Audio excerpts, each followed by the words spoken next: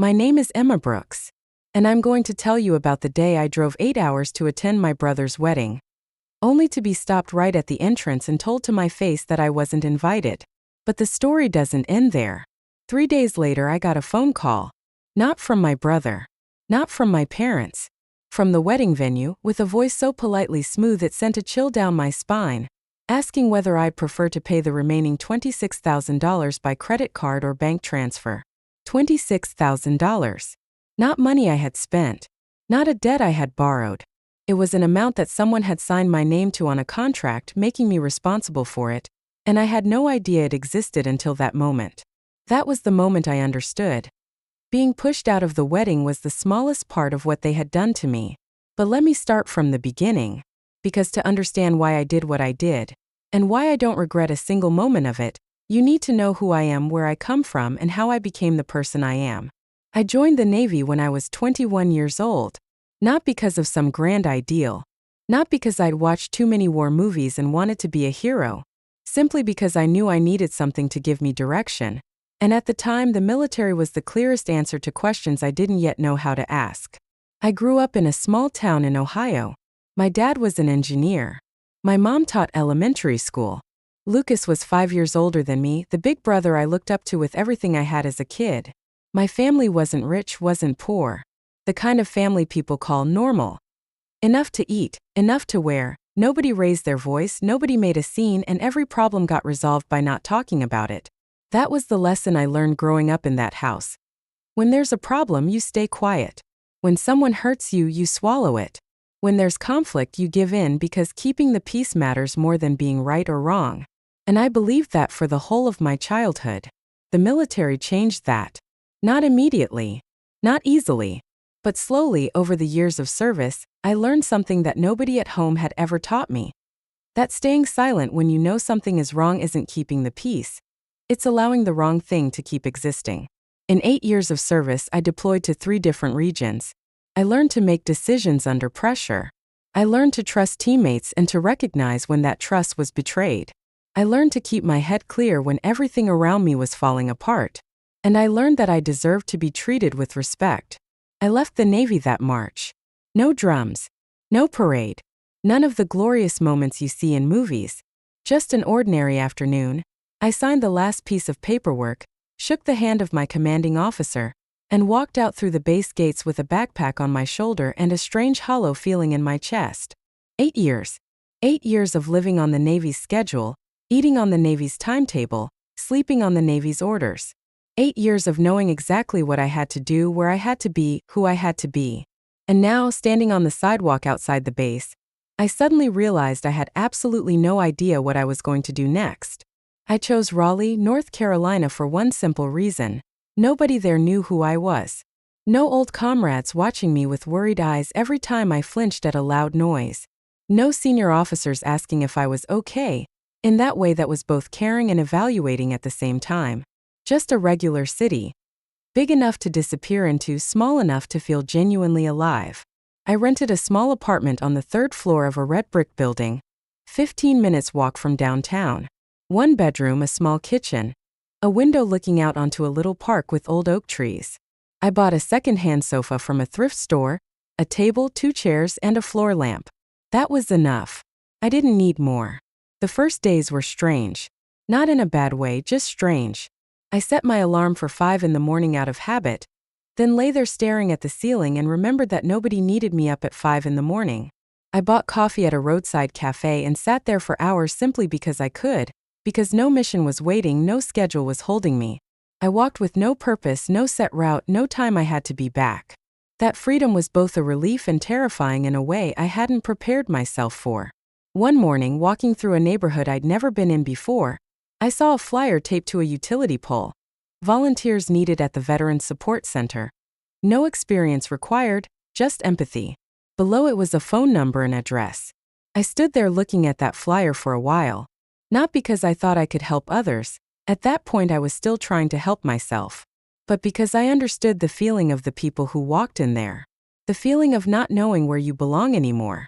The feeling of looking in the mirror and seeing a soldier in civilian clothes. The feeling that the world had kept moving while you were somewhere else, and now you had to find a way to catch up. I called that afternoon. Started volunteering the following week. I met Marcus there on my first day. He was a Marine Corps veteran, 62 years old, originally from Texas with a slow drawl, and the way of watching people that comes from having learned not to trust anyone too quickly. His right arm was gone to the elbow from an explosion in Fallujah in 2004. He didn't talk about the war much. He mostly sat in the corner of the room with a 3-day-old newspaper. He couldn't afford to buy a new one every day, and drank watery coffee from the cheap machine the center provided. "You're the new one," he said to me on that first day, not looking up from his paper. "Just discharged last month," I answered. He set the paper down and looked at me for the first time. His eyes were sharp, assessing but not hostile. Just the gaze of someone accustomed to observing. "Navy," he said. Not a question, he read it from the way I stood, I figured. "You ever have trouble sleeping?" "Sometimes." "How often?" "Usually a few times a week." He nodded and picked the paper back up. "Normal. It gets better." "How long?" I asked. "Depends on the person. For me it took 3 years." He turned the page. "But I hear they have better ways to help now than when I got out." That was our first conversation. Short, practical, with none of the hollow reassurances. And strangely, it made me feel better than anything I'd heard in the past few months. Over the following weeks, I gradually found my rhythm. Volunteering at the center 3 mornings a week. Walking or running around the lake near home in the afternoons. Reading and cooking at night, sometimes video calling my parents or Lucas. Short, easy calls that didn't go deep into anything. Life started taking shape. Slowly, but it had shape. And then one August evening, Lucas called. "Emma." His voice was happy. That particular Lucas happy when he had news to share. Slightly animated, slightly nervous.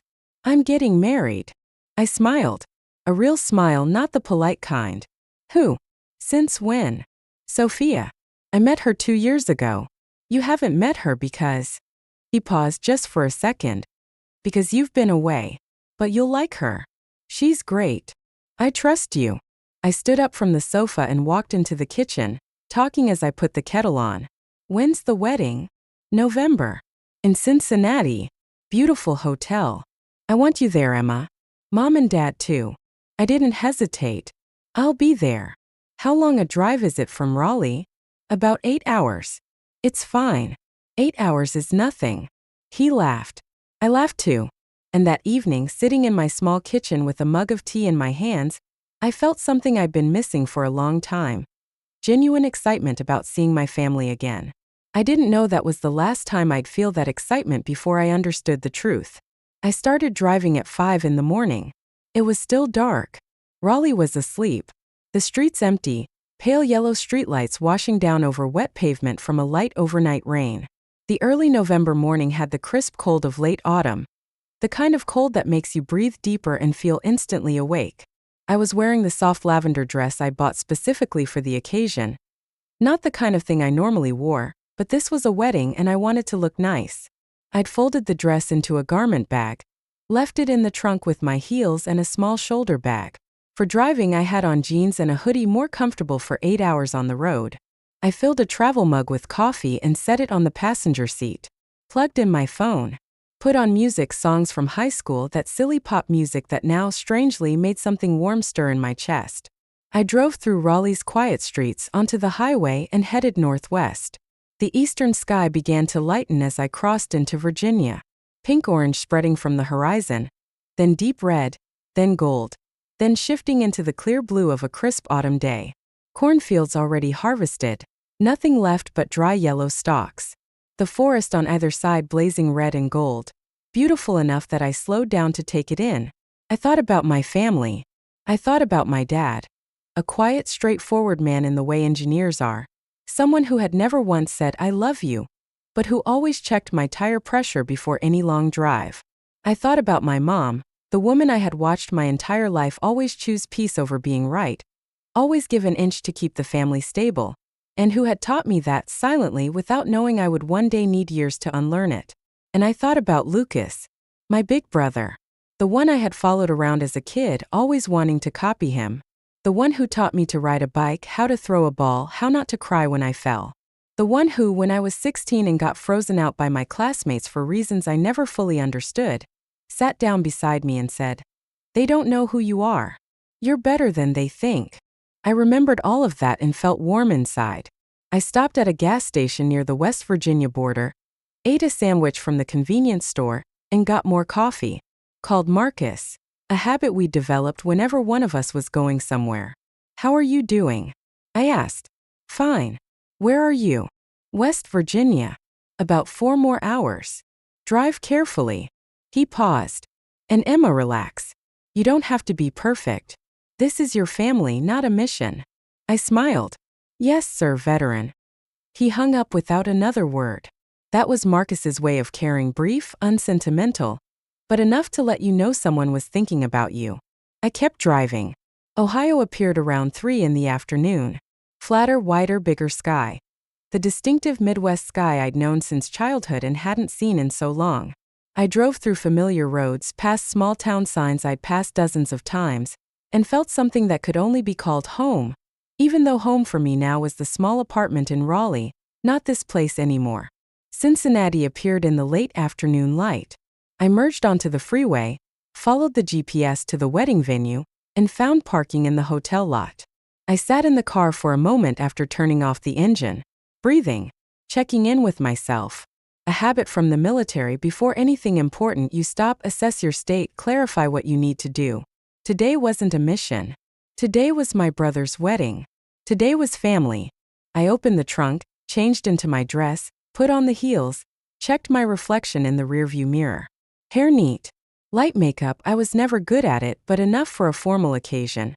I walked up the stone steps leading into the hotel lobby and saw my parents standing right in front of the door. At first I thought they were standing there to welcome me. I started to smile, started to wave. My heart lifted, that strange, sweet feeling of seeing your parents after more than 2 years apart. Then I saw my father's face. Not a smile. Not happy surprise. Something rigid and uncomfortable. The face of a person who has to do something they don't want to do, but has already decided they'll see it through. My mother was standing beside him. She was looking at the ground. I slowed my steps. That feeling of something being wrong, the instinct that 8 years in the military had honed, started rising in me. "Emma." My father spoke first. His voice was low, controlled. "You can't come in." I stopped. Part of me wanted to laugh and say I must have misheard. "Excuse me. You weren't invited," my father said. This time clearer. More final.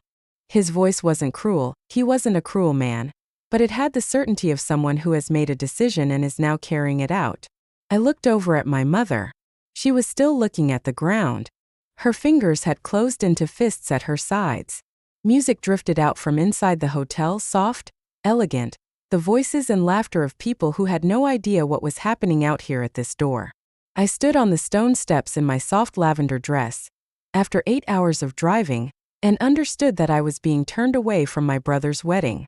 I wanted to ask why.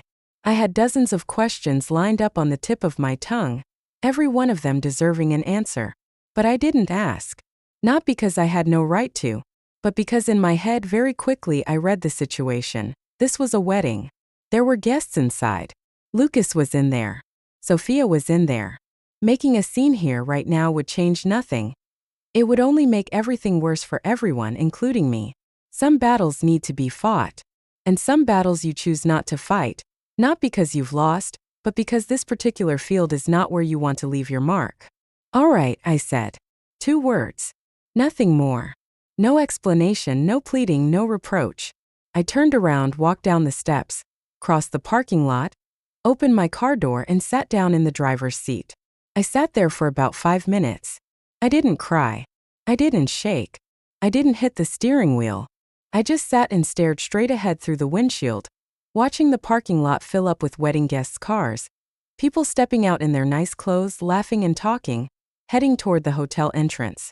During my years of service, I'd learned how to handle moments when emotions were too large to face immediately. You don't push them aside. Pushing things aside never works in the long run. You acknowledge them. You say to yourself, "This is happening and this is what I'm feeling, and that is completely valid." Then you decide what you're going to do next. What I did next was buckle my seatbelt, start the engine and drive out of the parking lot. The drive back to Raleigh was 8 hours long. This time no music. No coffee. The travel mug had been empty since noon. Just the sound of the engine, tires on asphalt, and outside the windows the sky growing dark as night fell. I drove through Ohio, through West Virginia into Virginia, and I thought. Not about why they'd done it, that question was still too raw, too painful to touch. I thought about something stranger, about what I was feeling. Not the explosion of anger I might have expected. Not the collapse into pain. Something emptier, colder. Like when you open a gift box and find nothing inside. I had driven 8 hours with pictures in my head of a family dinner, of stories told and retold, of the smell of my mother's kitchen, of the feeling of belonging somewhere. And now I was driving 8 hours back with an empty travel mug and a new hollow place in my chest. I got back to Raleigh close to 2 in the morning, took off my shoes at the door, hung the lavender dress on a hook in the closet, didn't fold it away, didn't wash it, just hung it there, because I wasn't ready to do anything with it yet.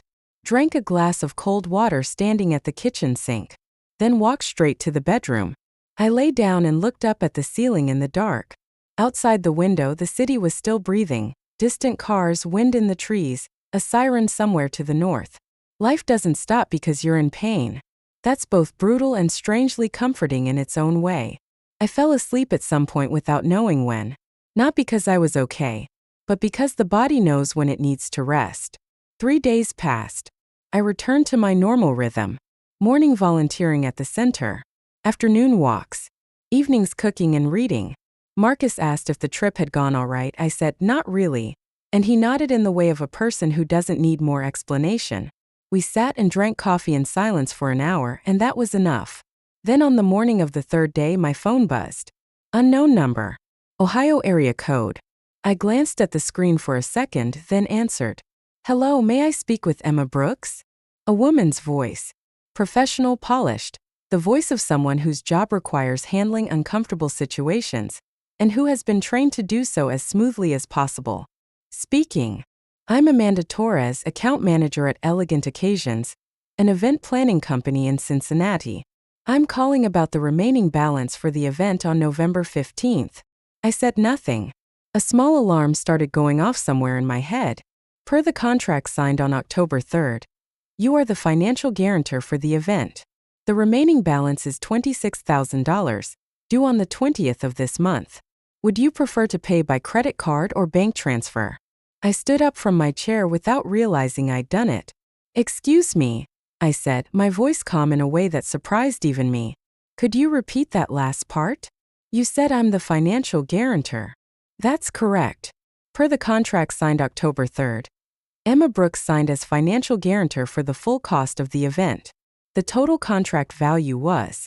I have never signed any contract, I said, cutting her off. Not aggressively, just clearly, because this needed to be stated immediately. A brief pause. Ms. Brooks, your signature appears on. I have never signed any contract, I repeated.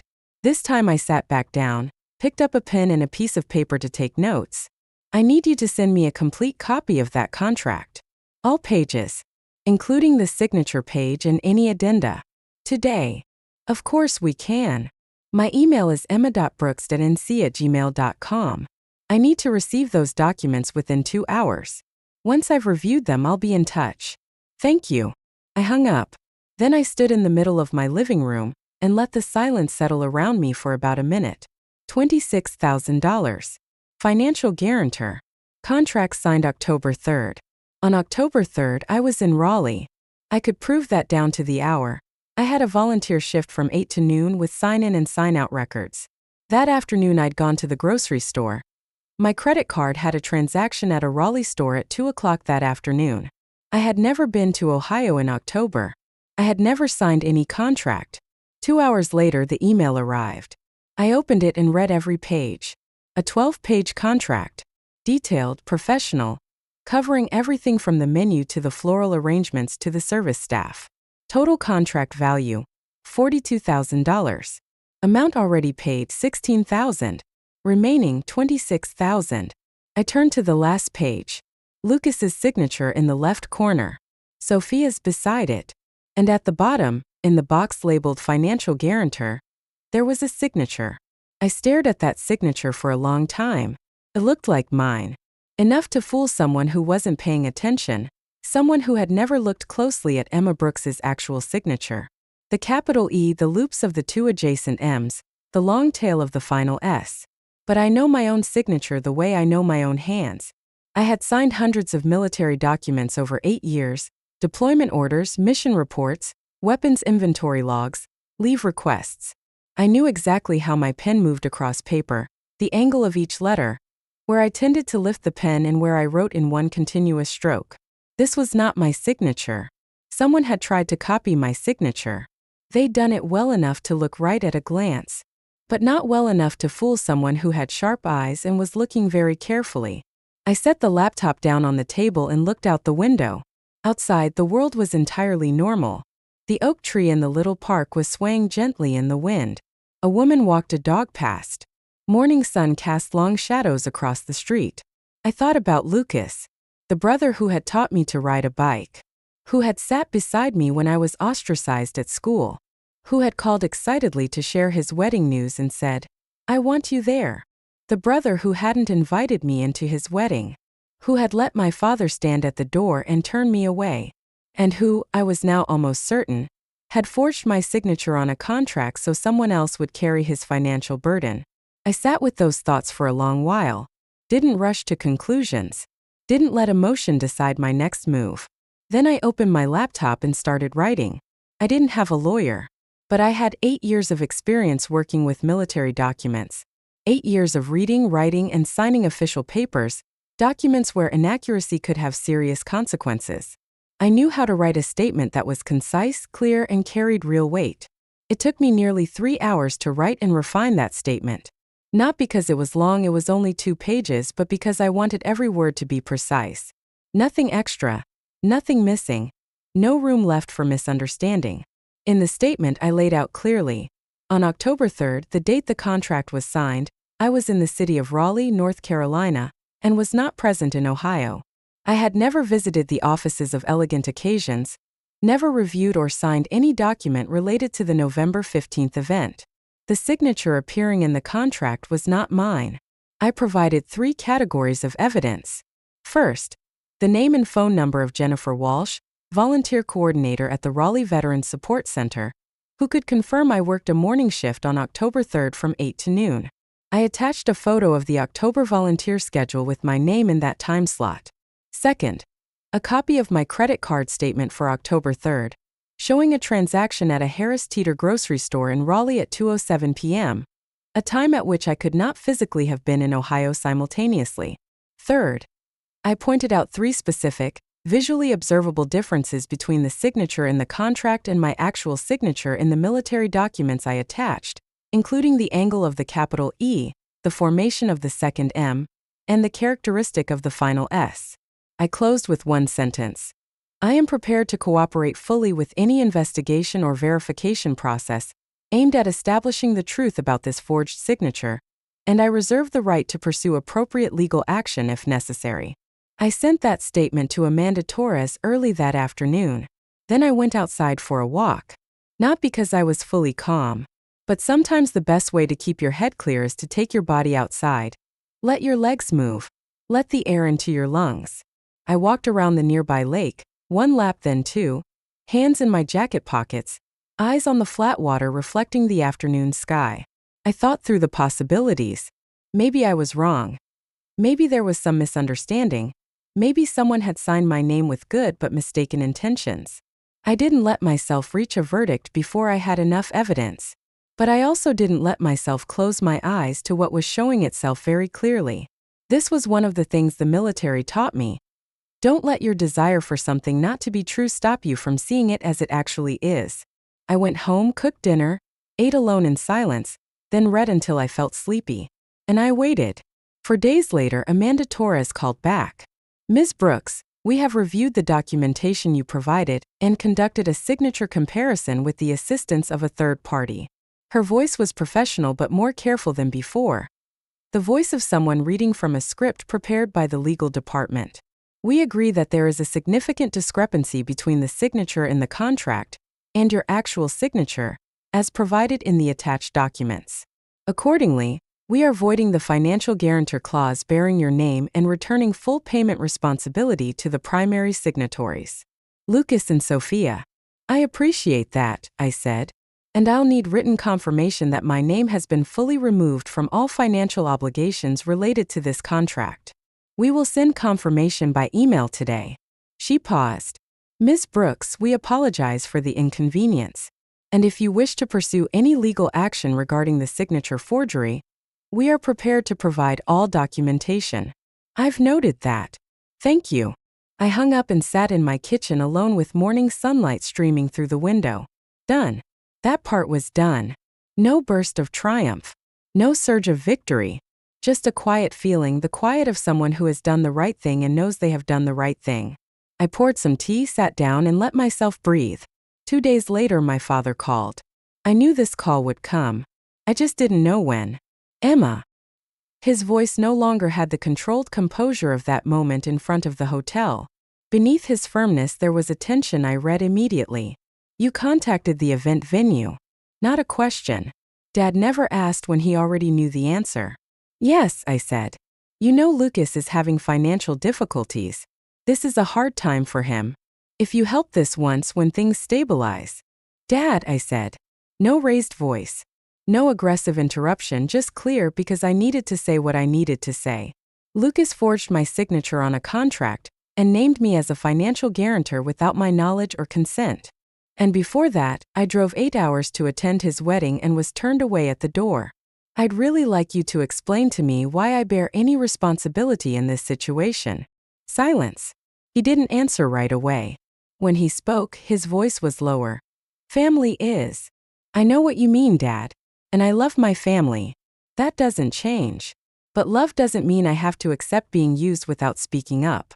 And forgery is wrong, not just in my opinion but legally and morally. I'm not paying that bill. Not because I don't care about Lucas, but because if I do, he has no reason to look honestly at what he's done. A longer pause. Emma. Dad, I said, and this time my voice was softer, not weaker, just more real. I want to have an actual conversation with you. Not about the money. I want to understand why you and Mom stood at that door and told me I wasn't welcome. I want to understand what happened. But right now you're calling because of the money, not because of me. When you're ready to talk because of me, I'll be here. My father hung up. 2 hours later, my mother called. I could hear her crying from the very first second. Unsteady breathing, the sound of swallowing. She was crying but trying not to let me hear, which never worked. Emma. Sweetheart. Her voice broke in places. I know you're angry. I understand. But Lucas is so stressed, Sophia is worried. And if you could just help this one time, just once, then everything could. Mom, I said gently but clearly. Do you know what Lucas did? Your father mentioned something. She hesitated. He forged my signature, Mom. That's fraud. Not a small mistake, not an oversight. It's a deliberate act to transfer financial responsibility to someone who had no knowledge of it. I paused. I'm not saying this to hurt him. I'm saying it because it's the truth, and I think you need to know the truth too. My mother was quiet for a moment. Then, I don't know what to do. I just want my family to be okay. And for the first time in the conversation, I heard in her voice not pressure or persuasion, but real exhaustion. The exhaustion of someone who had spent an entire life trying to keep everything okay by not talking about the hard things, and who was now beginning to sense that okay can't always be achieved simply by not mentioning the problem. I want our family to be okay too, Mom, I said. But okay isn't everything being silent and looking fine on the surface. Okay is each person in this family treating each other honestly and with respect. And that starts with actually seeing clearly what has happened. She cried a little more. Before she hung up, she said, I love you. I know, Mom. I love you too. The call ended. I set down the phone and looked out the window.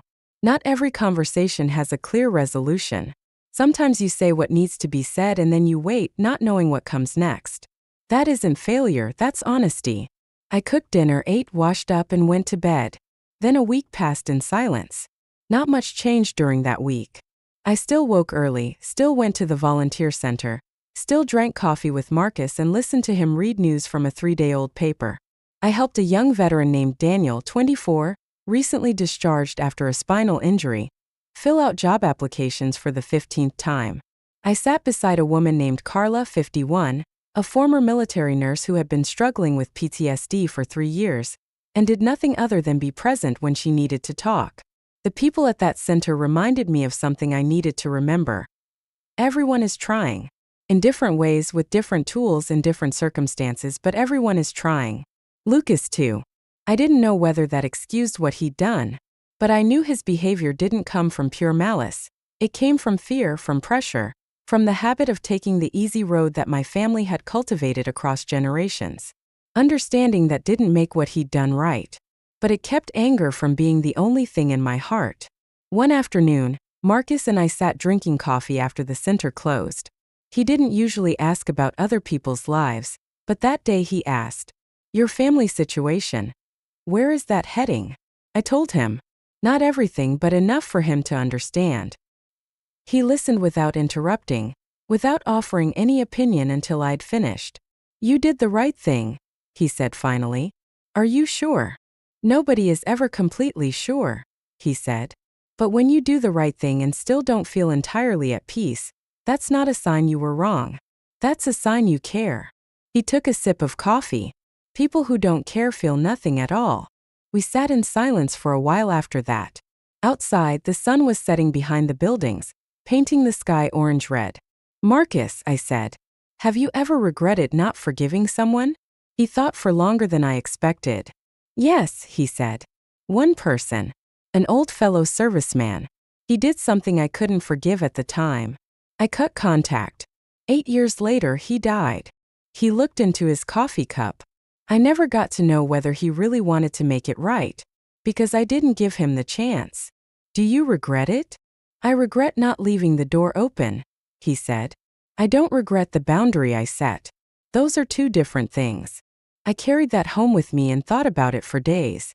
3 weeks after the wedding, my phone buzzed at 9 in the evening. "Lucas."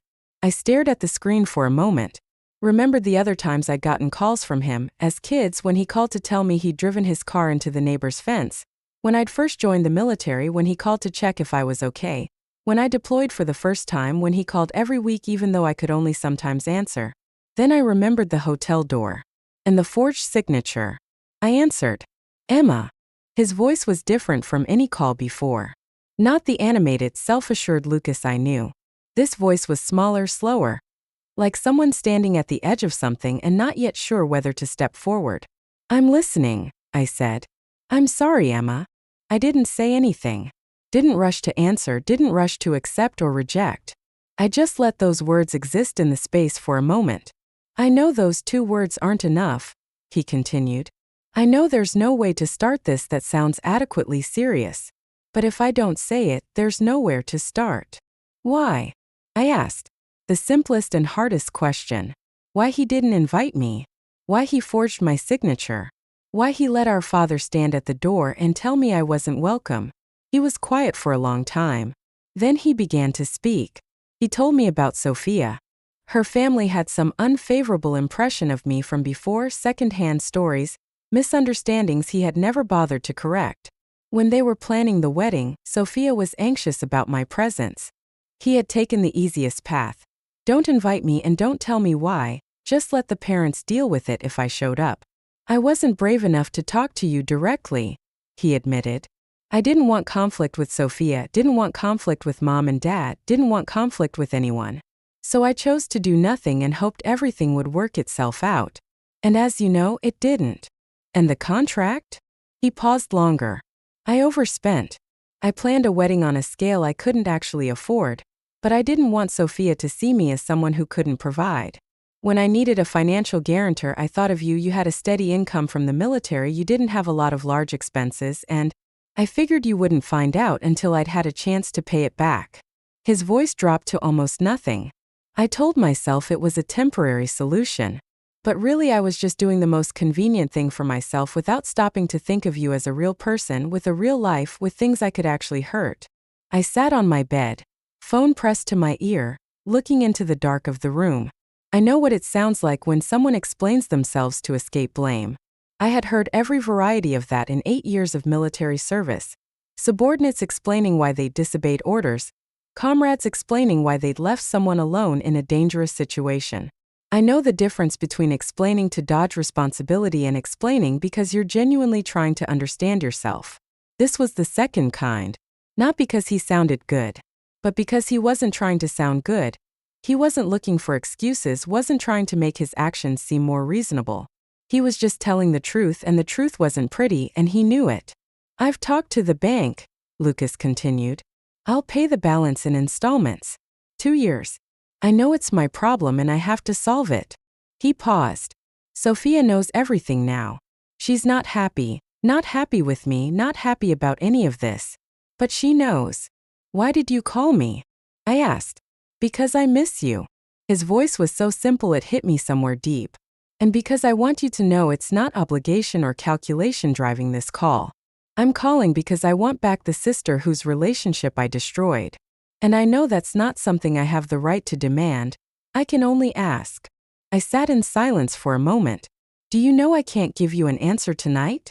I said finally. I know. And do you know that an apology doesn't automatically erase what happened? I know. I'm not expecting that. Okay, I said. I need time. I understand. Before I hung up, I heard him exhale. A long, heavy breath of someone who has just set something down that they've been carrying for too long. Not quite relief, just setting it down. I lay back on the bed and looked up at the dark ceiling. The question in my head wasn't should I forgive him. That question was simpler than reality. The real question was more complicated. What do I want from this relationship? Am I willing to sit with the uncertainty of trusting again? And what do I need in order to start? I didn't have those answers that night. But for the first time since the wedding, I felt those questions were worth asking. Not out of fear, not out of pressure, but because I genuinely wanted to know the answers. I slept better that night. A week after Lucas's call, my mother called back. This time there was no sound of crying in her voice. Just one question. Would you like to come home for Thanksgiving? I thought about it for a day before answering. Thanksgiving was 2 weeks away. I had no plans. Marcus usually spent the holiday with his daughter in Atlanta. Daniel was going back to his family in Georgia. Carla had her own arrangements. I would be alone in my small apartment with a dinner cooked for one. That wasn't a reason to go. Loneliness isn't a good enough reason to return to a situation you aren't ready for. But I thought about what Marcus had said. Regretting not leaving the door open. Not regretting the boundary, but regretting not giving the opportunity a place to exist. And I thought about what I truly wanted. I wanted my family. Not the ideal version, no cracks, always okay. I wanted my actual family, with all its flaws and complications and painful history. I wanted my brother. I wanted my parents. I wanted that enough to try. I'll come, I told my mother. I drove to Ohio the day before Thanksgiving. This time I didn't rush. I stopped to rest in West Virginia, had dinner at a small roadside restaurant, stew and fresh bread and a hot cup of coffee, and sat looking at the sunset through the window. The bare winter hills, the sky shifting from orange to purple to gray, headlights passing on the road. I wasn't hurrying because I didn't need to. I was going because I wanted to, and I could turn back any time if I needed to. My parents' house was as I remembered it, and also different in the way everything is different when you look at it after a long time away. The red maple tree out front had shed all its leaves, bare branches reaching up into the pale gray winter sky. The small yard where my mother used to grow flowers was covered in dry leaves. My father's old car was parked in the driveway. I sat in my car for a moment before going in, not from fear, but because I wanted to mark this moment, the moment before crossing the threshold, before everything became real and complicated and alive. The moment when you're still in the car, still capable of turning around. Then I got out and walked up to the front door. My mother came to the door when I knocked. She saw me in her face. I saw something in it that no words are quite adequate for. Just a feeling of someone looking at something they had been afraid they'd lost. Emma. She just said my name. Then she opened her arms. I stepped in and let her hold me. Her perfume, the same one she'd worn since I was a child. The smell of the kitchen. A turkey roasting, sage and rosemary, and the smell of a house getting ready for guests. That strange feeling of being held by your mother when you're grown, when you've gone out into the world, when you've been through so much, and still feeling small in a good way. Not everything was resolved in that hug. I knew that. But something began there. Lucas and Sophia were in the living room. When I walked in, Lucas looked at me without trying to put on a polite smile, without pretending nothing had happened. He looked straight at me with the look of someone who didn't know how I was going to react, and was trying not to dodge that uncertainty. "Emma," he said. "Lucas," I answered. We didn't hug that time. Just nodded, the nod of two people who know there's a lot that needs to be said, and that tonight would be when they start saying it, but without any need to rush. Sophia stood beside him, small with long dark hair. She looked at me with the expression of someone who genuinely didn't know how to behave in this situation. I understood her. Not an easy position to be in, especially when you're beginning a marriage in the shadow of a wrong your partner committed. "Hi, Sophia," I said. "Nothing added. No, so great to finally meet you. No, Lucas has told me so much about you." Just a greeting, direct and real. "Hi, Emma." Her voice was small but steady. I'm sorry. For everything. "I appreciate that," I said. "And I think we can start from here." My father stood up from his armchair when I entered the room. He was taller than I remembered, or I had simply forgotten how tall he was. He looked at me with something in his eyes I wasn't used to seeing in my dad. Uncertainty. "Emma," he said. "Dad," I answered. We shook hands. Strange and right at the same time, like the beginning of an agreement between two people agreeing to try again from a more honest foundation. The Thanksgiving dinner was imperfect and beautiful in the way imperfection can be. There were long silences when nobody knew what to say. Conversations that started and trailed off because suddenly the air felt too heavy. Moments when my eyes met Lucas's and we both looked away for a second. But there was also laughter. My father told the story of the time he and Lucas got lost on a camping trip when Lucas was 12. They'd walked 2 miles in the wrong direction before realizing it, and Dad had insisted it was a shortcut, until he simply couldn't anymore. Lucas continued the story from his perspective, in which Dad knew he was lost from the start but refused to admit it, and they sat by a stream for nearly an hour while Dad evaluated navigational options. "I was reading the map," Dad protested, and Lucas burst out laughing, and Sophia laughed too. The first time that evening I saw her laugh for real, not the polite kind but the laugh of someone who feels like they belong where they're sitting. And I laughed too. After dinner, Lucas and I went out to the backyard. It was cold, the dry winter cold of Ohio, our breath making small fading clouds in the air. We stood side by side looking out at the winter garden, the dark patch where my father grew tomatoes every summer. "Are you okay?" he asked. Not asking about tonight or about this visit, he was asking for real. I thought before answering. Getting toward okay. Not there yet, but headed in the right direction. "Same here," he said. It sounded like he meant more than just this evening. We were quiet for a moment. The sound of wind in the bare branches. The light from the kitchen window laying our shadows across the frost-hardened grass. "Lucas," I said, "I need you to understand something." "What?" "I'm not forgetting what happened. I'm not going to pretend it didn't occur. And if something like this ever happens again, if I feel used or disrespected, I won't stay quiet. I'll say it directly and I'll hold my boundary. That's not a threat. It's just me being clear about who I am." "I understand," he said. No hesitation. "And I think that's why I respect you, even when I wasn't acting in a way that showed that respect." Then that's a starting point. We went back inside. My mother was washing dishes. My father was sitting reading the paper. Sophia was helping my mother wipe down the table. The most ordinary scene in the world. People in a family tidying up after a meal. And I stood in the doorway looking at it like something precious. Not perfect. Still things to say. Still cracks that needed healing. But real. I drove back to Raleigh the following morning. My mother was up early to see me off. She stood in the doorway in the jacket she always wore out to the garden in the mornings, holding a small bag. She'd packed leftover food for me to take. Bread, a container of turkey, and the small apple pie she knew had been my favorite since childhood.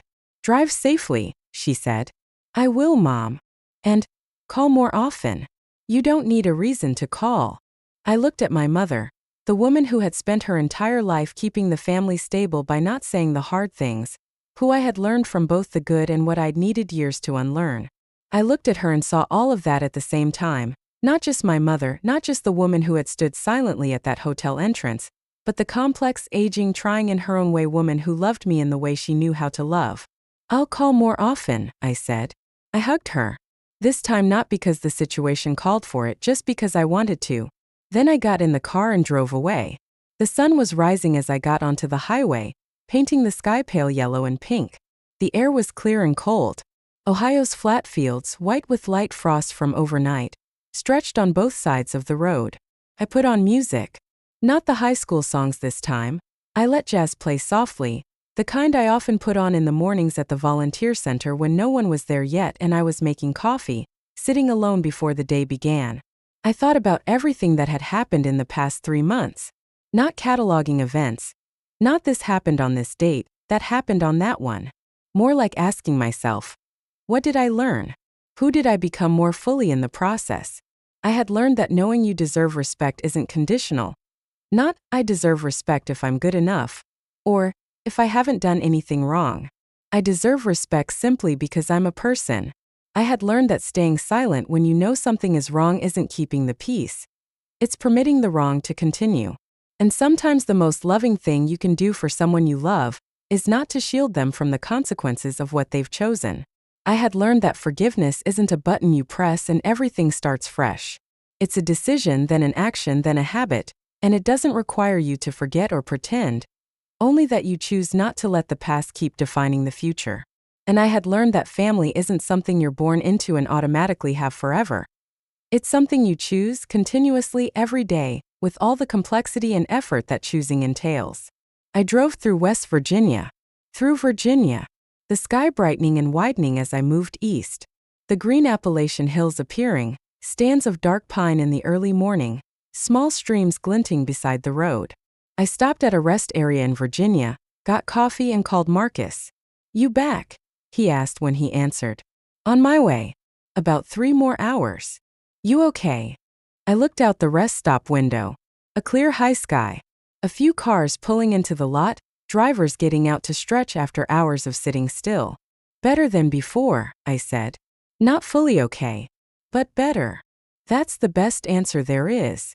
You say that to me every time. Because it's true every time. I smiled.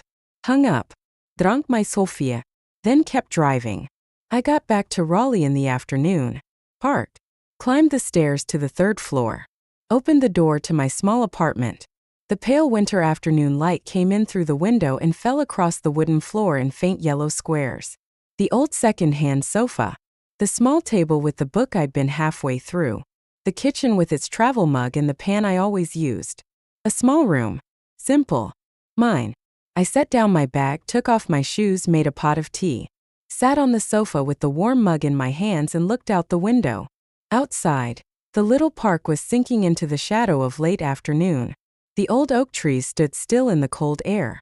A child ran across the park in a red jacket, laughter rising then fading away. I thought about the day I chose Raleigh. Nobody here knows who I am. I wanted a place to start over. Now I had more than that.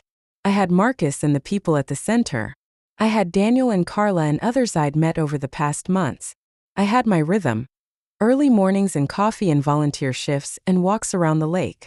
And I had my family back in a different way, not the same as before but more real than before. Not everything was resolved.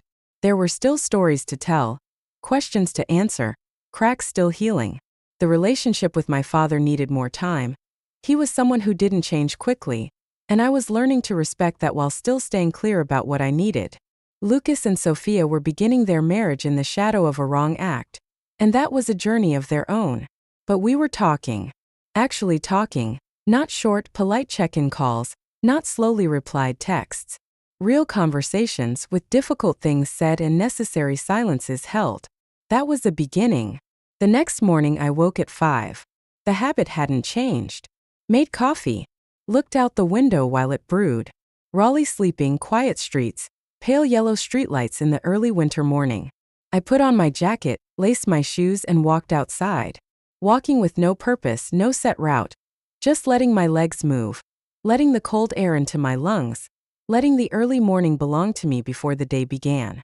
And I thought, this life is mine. The choices in it are mine. What I hold on to and what I let go, that is mine to decide. Nobody can take that away. My name is Emma Brooks. I'm a former Navy officer. I live in Raleigh and I wake at 5 in the morning out of habit. And I'm learning how to help people who are trying to find themselves again, after leaving behind what defined them for many years. If anyone asks what I learned from all of this, I would say, first, knowing that you deserve respect is not something you earn by staying quiet long enough or giving in often enough. It's something you have from the start. And if someone in your life, whether family, a partner, or anyone else, consistently treats you as though that isn't true, you have the right to say no. Second, there is a major difference between sacrifice and being used. Sacrifice is something you choose, you see the cost clearly, you understand what you're giving away, and you choose to do it because it means something to you. Being used is when someone else makes that decision for you without asking, without telling you, and then expects you to bear the consequences. The two can look identical from the outside but are entirely different from within. Third, sometimes the most loving thing you can do for someone you love is not to protect them from the consequences of what they've chosen. Not because you want them to suffer, but because suffering is sometimes the only force strong enough to make someone look clearly at themselves. And looking clearly at yourself, painful as it is necessary for real change. Fourth, forgiveness is not something you do for the other person. It's something you do for yourself, to put down the weight of carrying anger and hurt as the only things that define you in that relationship. You forgive not because the other person deserves it. You forgive because you deserve to live a little lighter. And fifth, the last and perhaps the most important, holding your ground doesn't mean being rigid or cold or unloving. Sometimes it means you respect yourself enough and respect the other person enough not to pretend that what is wrong is right, that the hurt doesn't exist, that everything is fine when things are not yet truly fine. The most powerful thing is sometimes not sacrificing yourself to solve someone else's problem. Sometimes it is simply standing still, not to stand against anyone but to witness that you are a real person with a real life with things that others can genuinely hurt. And you deserve to be treated as such. My name is Emma Brooks. And I don't regret a single thing.